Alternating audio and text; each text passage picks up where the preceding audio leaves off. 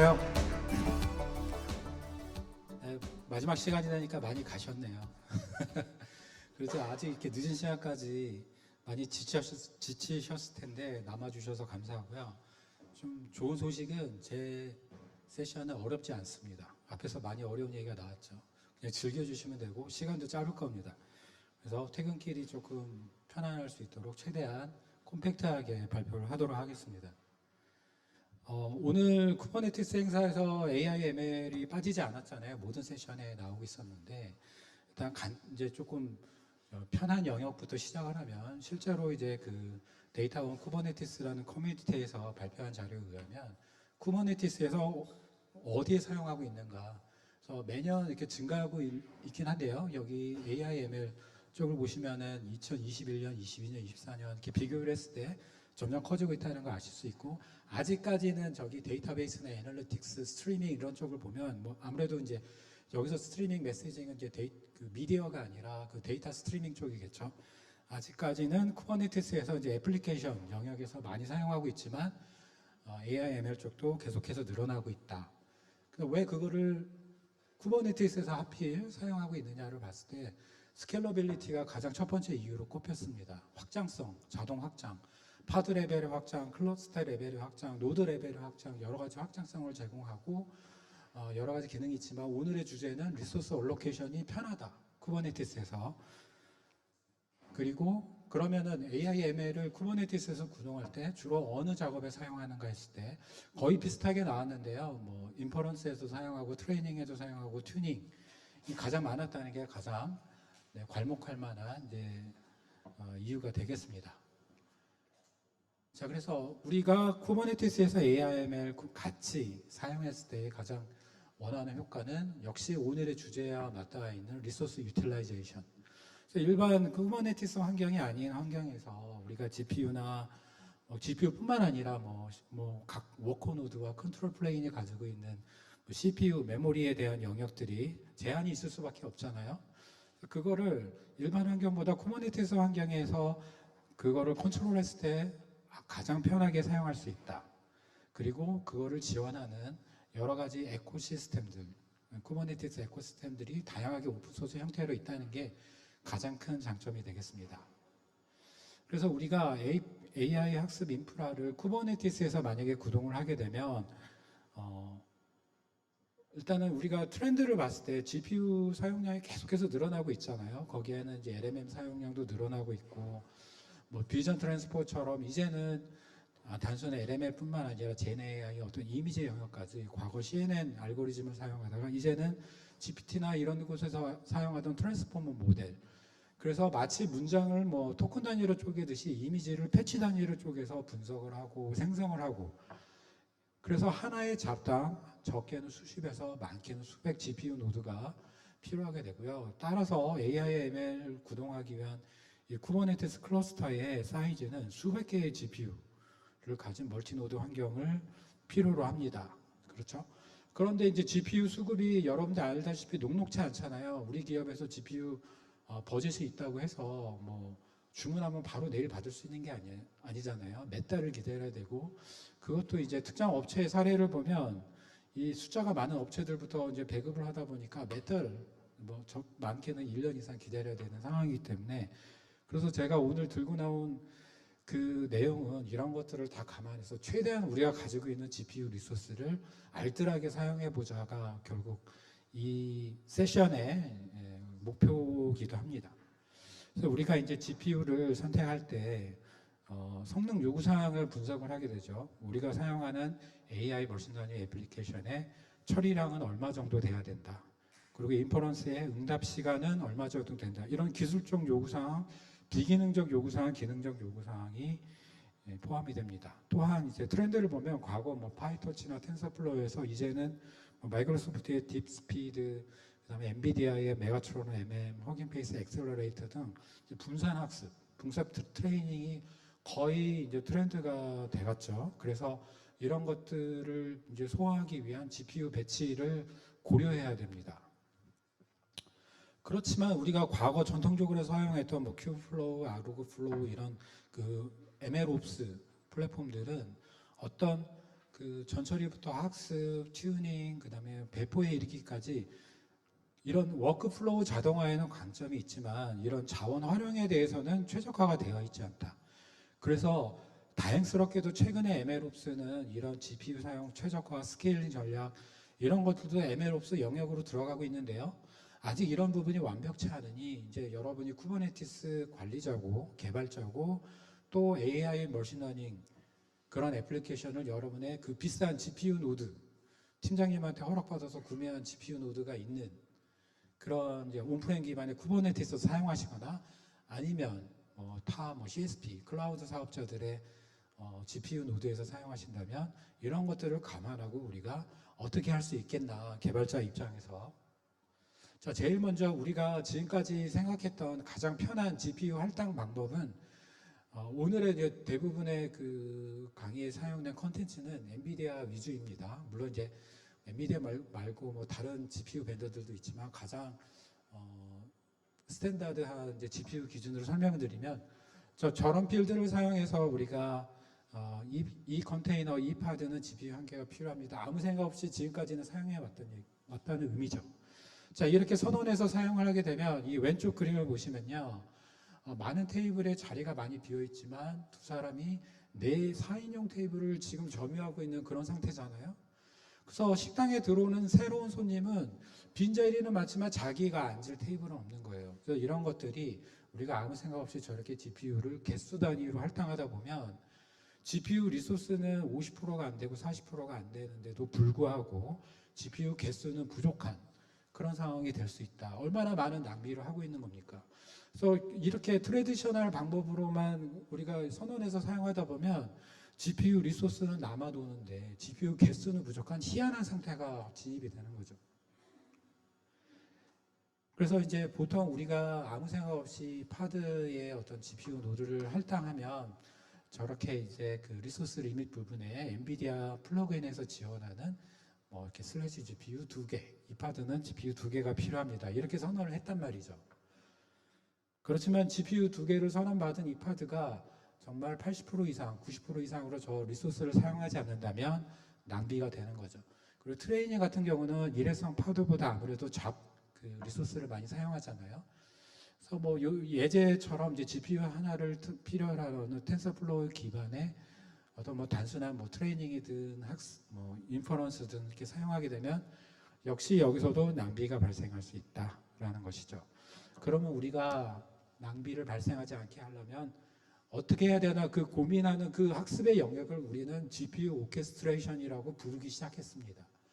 그래서 우리가 GPU 오케스트레이션을 실행하려면 단순히 어떤 벤더의 GPU를 쿠버네티스에서 사용하기 위해 필요한 리퀘어먼트, 디바이스 플러그인을 설치하고 GPU 오퍼레이터, 런타임 훅 등으로 이 GPU를 쿠버네티스에서 사용할 수 있는 그런 환경 준비를 마친 다음에 그 다음 단계에서는 스케줄러 전략을 만들어야 된다는 거죠.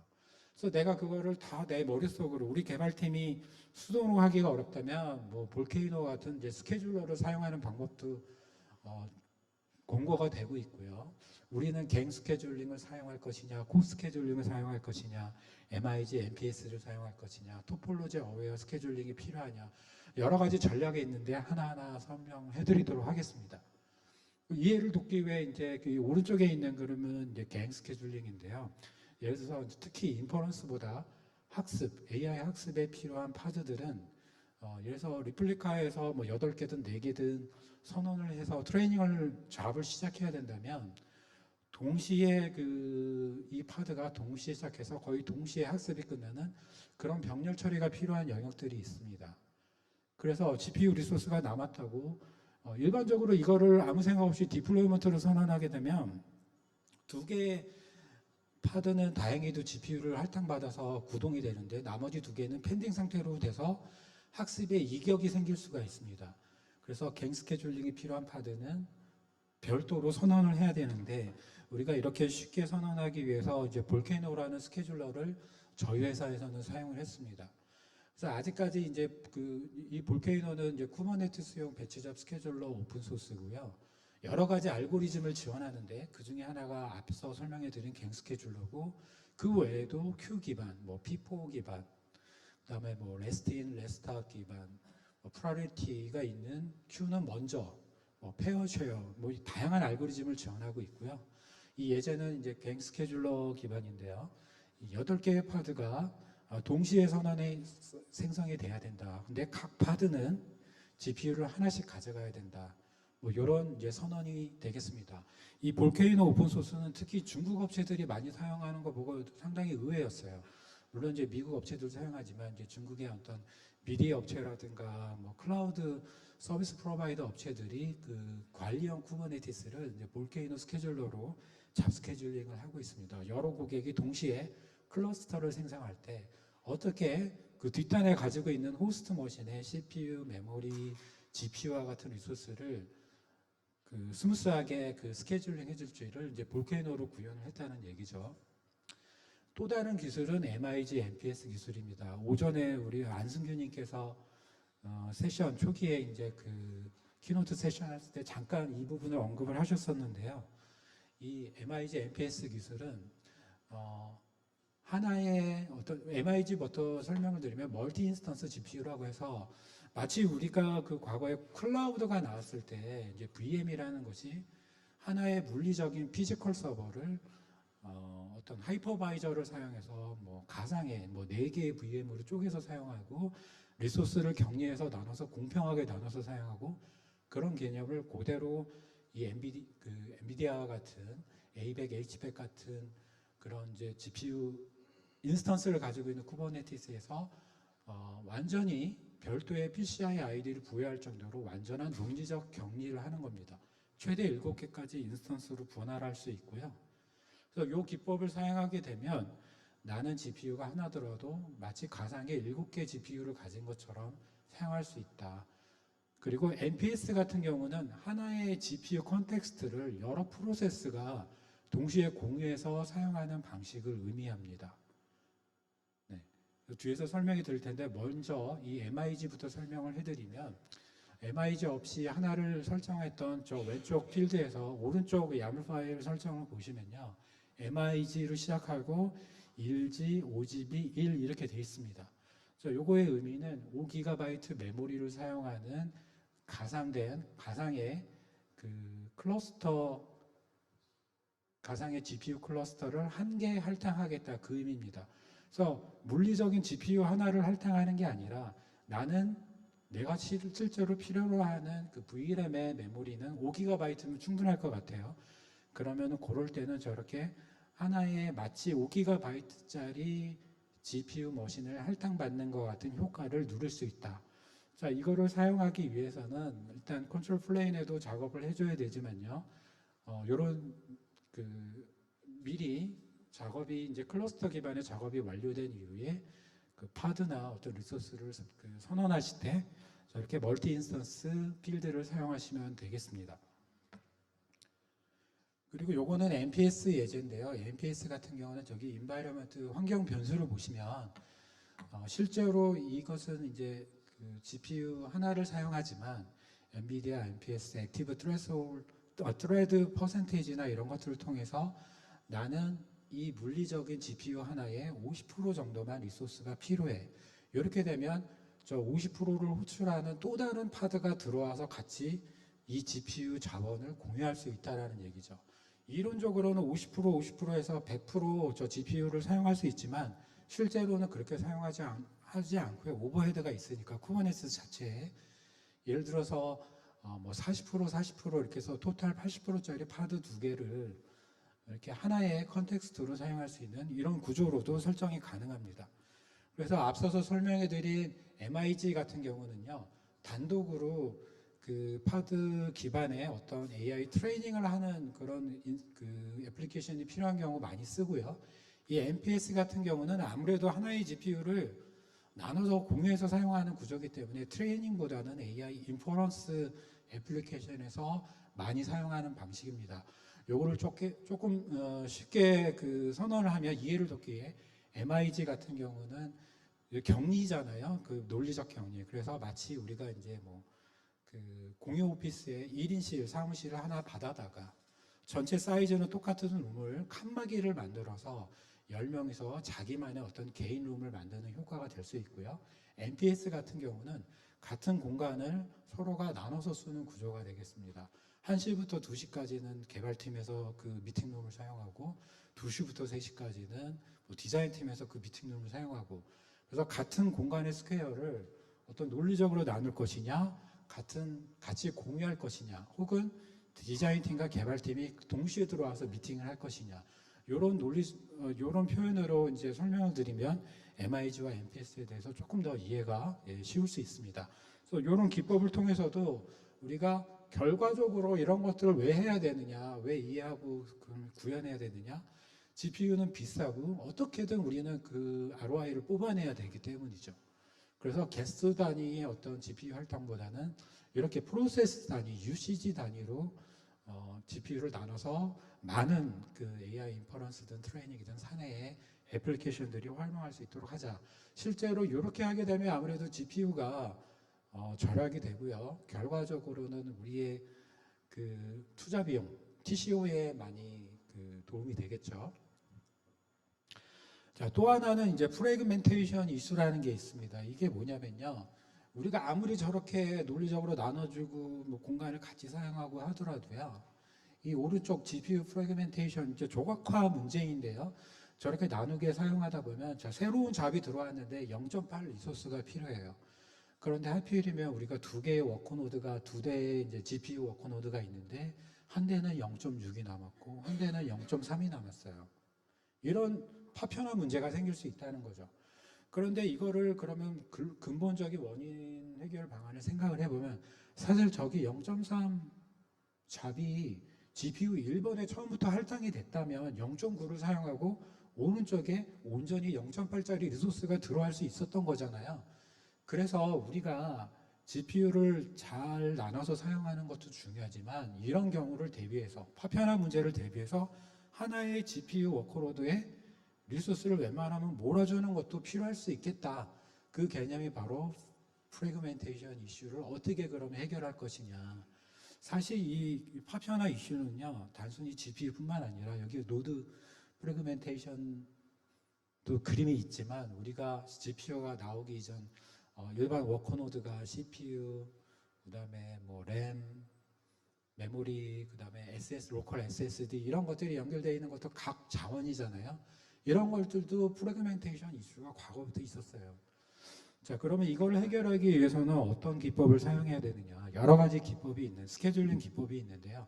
가장 많이 사용하는 것은 빈 패킹이라는 스케줄링입니다. 최대한 CPU를 들어오는 요청대로 최대한 하나의 노드에 밀어서 넣는 겁니다. 자, 여기에는 장단점이 있어요. 자, 밀어서 꽉꽉 채워놨는데 그 다음부터 잡이 안 들어오면 노드 두 대에서 하나는 열심히 돌아가고 있고 나머지 하나는 완전 놀고 있거든요. 그래서 이런 빈 패킹 스케줄링 같은 거를 사용할 때는 자, 이 뒷단에 또 다른 잡이 들어올 것들이 있는지 이런 것들을 살펴보는 것도 상당히 중요합니다.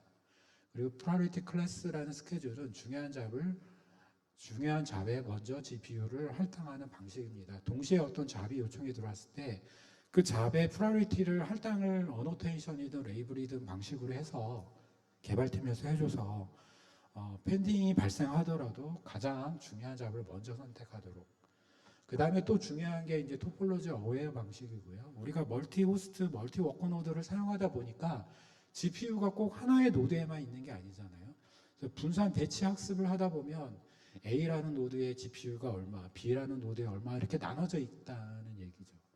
그러면은 이 결과적으로는 이 노드와 노드를 연결하고 GPU와 GPU를 연결해야 되는데 엔비디아 같은 경우는 이제 고속 링크를 NV 링크를 등으로 제공하고 온프레임 환경이나 기타 일반적인 환경에서는 PCI 익스프레스 같은 환경을 사용하잖아요. 그래서 이런 것들이 가장 빨리 연결될 수 있는 노드부터 연결해 주자라는 개념이 바로 토폴로지 어웨어 스케줄링이라는 얘기입니다. 그래서 어느 노드와 어느 노드, 어느 GPU와 어느 GPU는 연결이 빠르다더라 이런 데이터를 우리는 토폴로지라고 부르고요. 이거를 인식을 해서 스케줄링하는 기법입니다. 이걸 인식하기 위해서는 실시간으로 혹은 뭐 크론잡처럼 주기적으로 지금 현재 노드와 노드 간의 통신 상태, 스피드가 얼마나 되는지를 데이터가 어디엔가는 제공이 돼야 된다는 얘기죠. 자, 그래서 이 예제를 보면 엔비디아의 그 토폴로지 어웨어 그 GPU 스케줄러가 NVTex라는 개념이 있는데요. 이 엔비디아 같은 경우는 GPU 0번, 1번, 2번 하나의 노드에 있을 수도 있고 다른 노드에 분산이 됐을 수도 있는데요. 각 GPU 간의 연결 상태를 항상 체크하고 있습니다. 이 NVTex 커뮤니케이션 채널을 통해서. 그래서 실시간으로 지금은 0번에서 1번이 빠르구나. 그러면은 이 프로세스와 이 프로세스는 서로 통신이 필요하니 빠른 0번과 1번에 배치를 해주는 게 좋겠다. 이 알고리즘이 바로 토폴로지 어웨어 스케줄링 방식입니다. 그래서 우리가 GPU를 공평하게 가지고 있는 워커 노드를 클러스터 환경으로 만들었다고 하더라도요. 이 토폴로지 어웨어 스케줄링 기법을 이네이블하고 이거를 적절히 사용해야만 계속 주기적으로 들어오는 AI 트레이닝 애플리케이션에 대해서 서로 통신이 필요한 GPU들끼리 빠른 통신이 필요하도록 연결해 줄 수 있다. 빠른 성능이라는 것은 결과적으로 보면 AI 같은 트레이닝을 하더라도 빠른 성능 덕분에 트레이닝이 빨리 끝나고 그 다음 대기하고 큐에 대기하고 있는 잡에 GPU 리소스를 다시 던져줄 수 있는 것이죠. 그래서 빠른 성능도 상당히 중요하다라고 말씀드릴 수 있습니다. 자, 그래서 우리는 보통 보면은 그 하나의 노드에 GPU 세대가 있을 때는 NVLink-로 연결하고요. 물리적으로 떨어져 있는 노드의 GPU가 나눠져 있다. 그러면 PCI 익스프레스 기법으로 연결하기도 하고 뭐 NVLink-로 뭐 별개의 노드끼리도 연결하긴 하는데요. 일반적으로는 이런 환경이 있습니다. 그래서 요거를 타이머를 재보면요. GPU와 GPU 간의 NVLink 유무에 따라서 이 P2P 통신 효율이 최대 3배. 근데 어느 리포트를 보면 7배에서 뭐 10배까지도 차이 난다고 하더라고요. 그래서 가장 미니멀하게 보수적으로 나온 거, 그 공식적인 벤치마크 리포트가 이제 3배이기 때문에 이제 저는 이제 3배로 했습니다. NVLink가 있냐 없냐에 따라서 성능이 3배 차이 날 수 있다. 그래서 GPU, 특히 엔비디아 GPU가 여러 개 있는 경우는 NVLink를 활성화를 해야겠죠. 그리고 이렇게 떨어져 있는 GPU에 대해서는 PCI 익스프레스 스위치 단의 밴드위스가 얼마나 되느냐 그것도 확인을 해야 됩니다. 그렇죠? 그래서 분산학습 잡에 대해서는 같은 NVLink에 속한 GPU를 우선 배치하는 것이 결과적으로 빨리 트레이닝이 끝난다라고 말씀드릴 수 있고요. 이때 이런 것들을 사용하려면 토폴로지 어웨어 스케줄러 플러그인을 설치를 해야겠죠. 그리고 요거를 설치하게 되면 토폴로지 매니저가 쿠버네티스에 이네이블 됩니다. 요걸 사용해서 사용하면 되겠습니다. 그래서 결론적으로 이제는 쿠버네티스 관리자가 하나의 GPU를 사용하는 시대는 옛날에 끝났기 때문에 우리 노드 간 아까 이제 여러 앞 세션에서 멀티 클러스터 얘기도 많이 나왔잖아요. 우리 GPU가 하나의 클러스터에만 있는 게 아니라 이기종 클라우드 관리형 서비스일 수도 있고 온프레미스일 수도 있고 하이브리드일 수도 있고 그래서 각 GPU 노드 간의 물리적 연결 구조와 그 성능 상태를 알지 못하면 분산학습을 구동할 때 효율이 떨어질 수밖에 없다라는 겁니다. 그래서 이 부분을 우리는 이제부터는 이해하고 이거를 극복할 수 있는 그런 플래닝을 해야 되는 것이죠. 그래서 제가 경험했던 회사에서 경험했던 일들을 보는데 어느 GPU 노드의 자원은 충분히 남았다는데 파드는 계속 대기 상태, 펜딩 상태인 거예요. 여러 가지 이유가 있었는데 여러 가지 제가 발견했던 최근에 있는 DMA, 다이렉트 메모리 액세스 문제가 많이 발생을 했습니다. 그래서 개선 조치를 위해 지금까지 설명해 드린 그 MIG를 활성화를 했고요. 볼케이노 스케줄러를 사용을 했고요. 갱 스케줄링을 적용을 했습니다. 결과적으로 GPU 활용률이 높아지고 대기 시간이 상당히 많이 줄어들었습니다. 그래서 이제 그러면 우리가 이런 성능이 좋아졌는지 나빠졌는지 이거는 시간마다 계속 시시각각 변하니까요. 옵저버빌리티가 있어야겠다.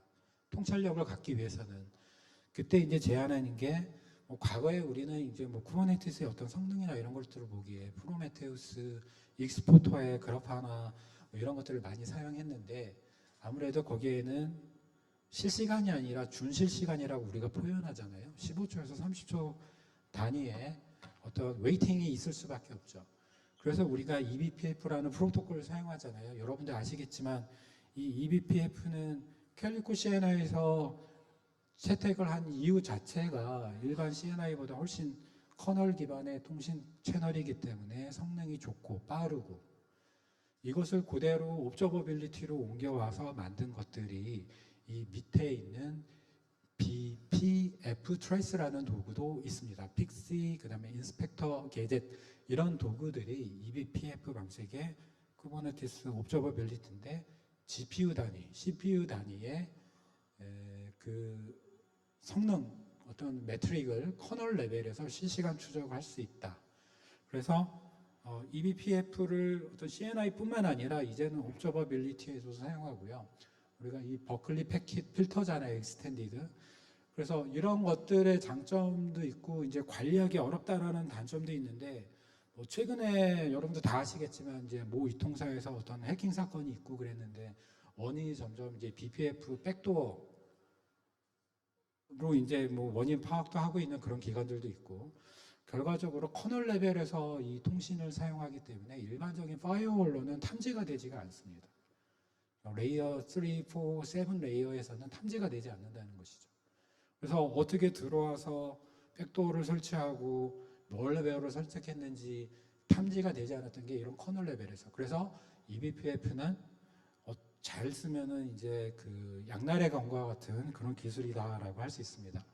그래서 요것들을 사용해서 이 eBPF 트레이서가요, 이 GPU 자체의 리소스를 직접 매트릭을 수집하지는 않습니다만 그 GPU 주변의 어떤 커널 레벨에서 발생하는 다양한 프로세스들을 캡처링할 수 있다. 그래서 예제에서 보시면 이제 파이토치를 사용하는 그런 애플리케이션이 구동됐을 때 우리가 가진 GPU의 어떤 이제 프로파일러를 이제 탐색해서 어떤 로드가 얼마나 생기고 있고 이 길이만큼 리소스를 얼마나 점유를 하고 있고, 그 다음에 색깔만큼 얼마나 많은 그 리소스를 점유하고 있고, 뭐 이런 것들을 비저빌리티를 가져갈 수가 있습니다.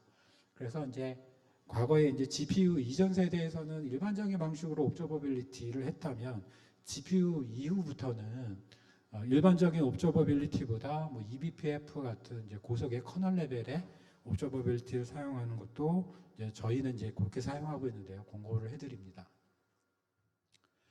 그래서 이제 아까 제가 이제 DMA 컨텐션이라는 게 그 자원에 대한 이제 컨제스천, 그 혼잡도 이런 것들이 올라가서 한 노드가 학습 속도가 느려지는 거예요. 이제 여러 개의 멀티 노드였는데요. GPU를 가진. 그래서 상황을 분석을 해봤더니 이제 GPU 메모리 접근 레이턴시가 늘어나고 있다. 앞에서 보여드렸던 옵저버빌리티 도구로 봤더니, 그래서 이유가 뭘까 했더니 그 노드에서 구동되고 있던 애플리케이션이 DMA 컨텐션이 발생하고 있는 것입니다. 저 DMA는 다이렉트 메모리 액세스 약자인데요. 우리가 애플리케이션을 구동할 때 GPU를 사용하는 AR라고 하더라도 결과적으로 보면 CPU도 사용하고 메모리도 사용하고 디스크도 하겠죠. 그래서 PCI 성능도 중요하고 NIC 성능도 중요하고 여러 가지가 중요한데 DMA 컨제스천이 발생하고 있다는 얘기는 어디엔가 이 파드가 통신하고 있을 때 이제 버틀렉이 발생했다는 거죠. 그래서 파드 어피니티를 조정하고 그 서드 파티 스토리지 클래스를 쓰던 거를 로컬 SSD로 바꿨습니다. 그 이후로 이제 트루풋이 이제 한 30% 정도 증가를 했는데요. 이 원인 같은 경우는 데이터를 클라우드 환경의 스토리지 클래스로 연결한 클라우드 환경의 오브젝트 스토리지에서 가져오다 보니까 가져오는 단계에 데이터를 가져오더라도 우리는 메모리를 사용할 수밖에 없어요. CPU를 사용할 수밖에 없어요. 노드에서 이런 컴포넌트 간에 컨제스천이 발생을 했던 것이죠. 그때는 우리는 PCI 익스프레스를 사용을 했고요. 그래서 파드 어퍼니티를 조정을 했는데요.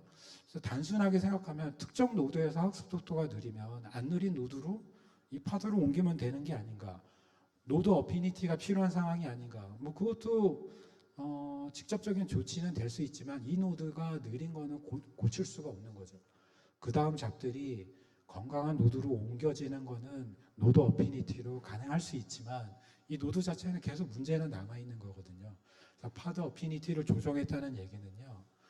저 DMA 컨제스천을 발생하고 있는 파드들끼리는 분리를 하기 시작했습니다. 다른 노드로.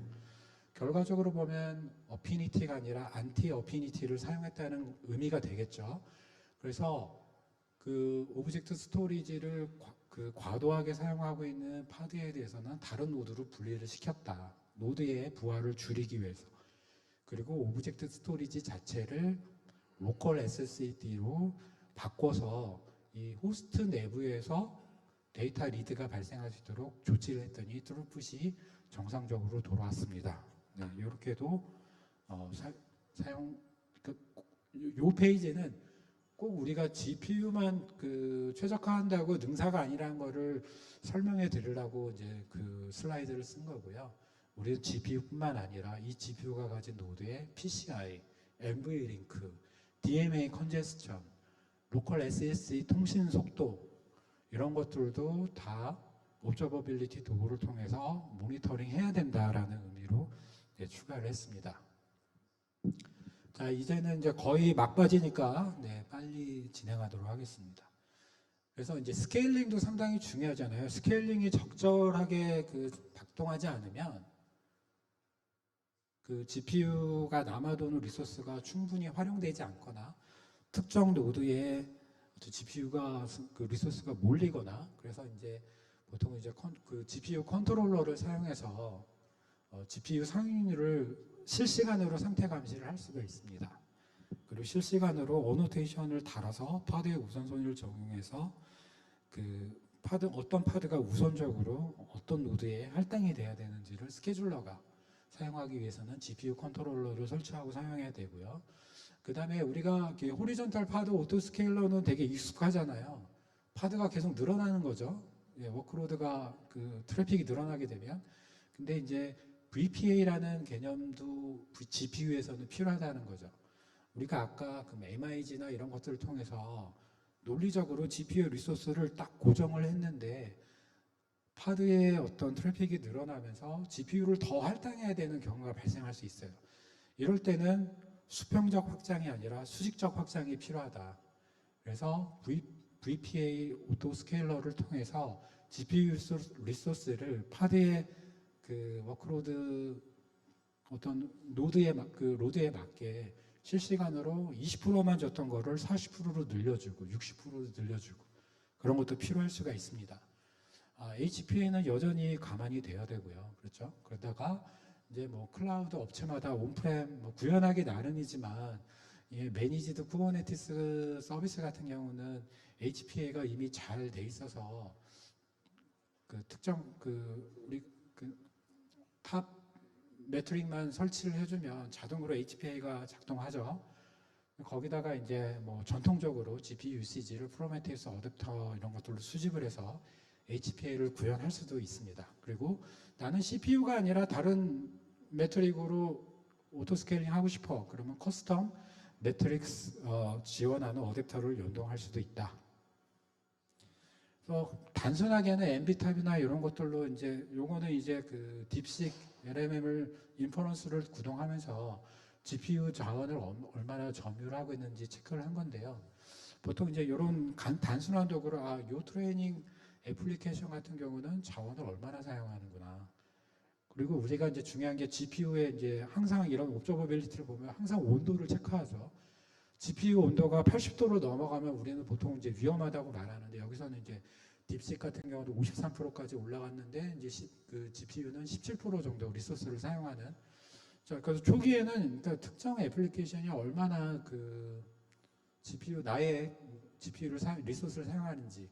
자, 요 스크린샷 같은 경우는 RTX 4000 에이다 버전이기 때문에 경량의